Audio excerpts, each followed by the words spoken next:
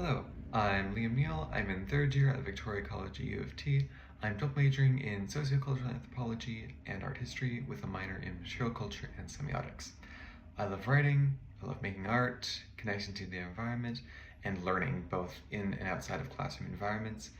I love these both doing them and learning about them as academic focuses. For question 2, I'm hoping to gain work experience relating to my field, cultural knowledge, insight into Finnish modes of disseminating arts and culture knowledge, and experience and skills in living outside of my comfort zone in a new way.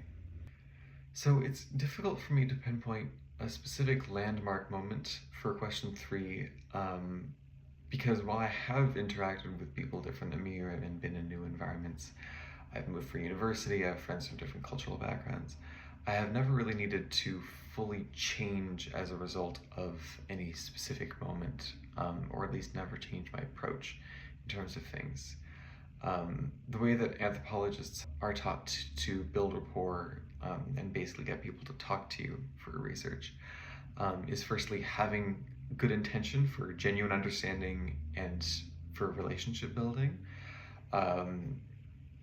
realizing that you will never know everything about the people that you're talking with and that you're not always going to be the expert, and finally taking the time and effort to learn about the people that you're talking with so that you can properly listen, you can properly demonstrate your intention for understanding and building relationships.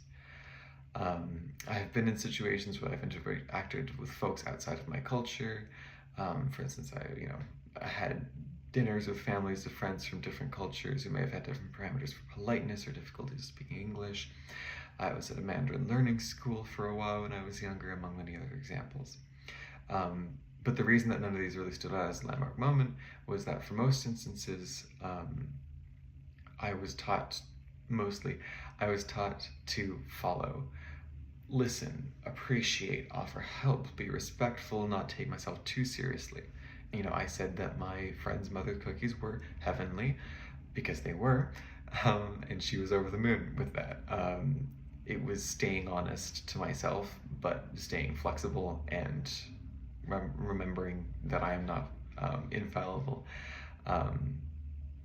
which helped me navigate a lot of those. So for question 4, the first thing I would do was to give them an opportunity to get outside of their head. I'd try to find an activity that they enjoyed in Canada,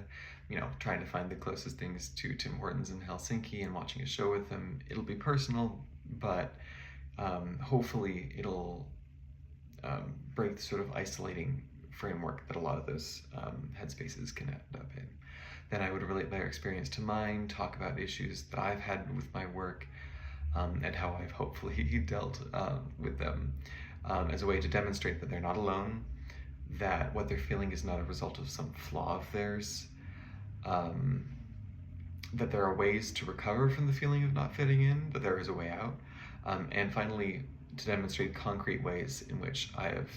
sort of found to navigate an unfamiliar environment, especially an unfamiliar work environment. For number 5, I would come up with ways to maximize the utility of my working hours by thinking up of a general action plan at the start of the day, communicating that plan early so that team members / supervisors and myself can get to work on our various tasks with minimal wasted effort as a result of poor communication.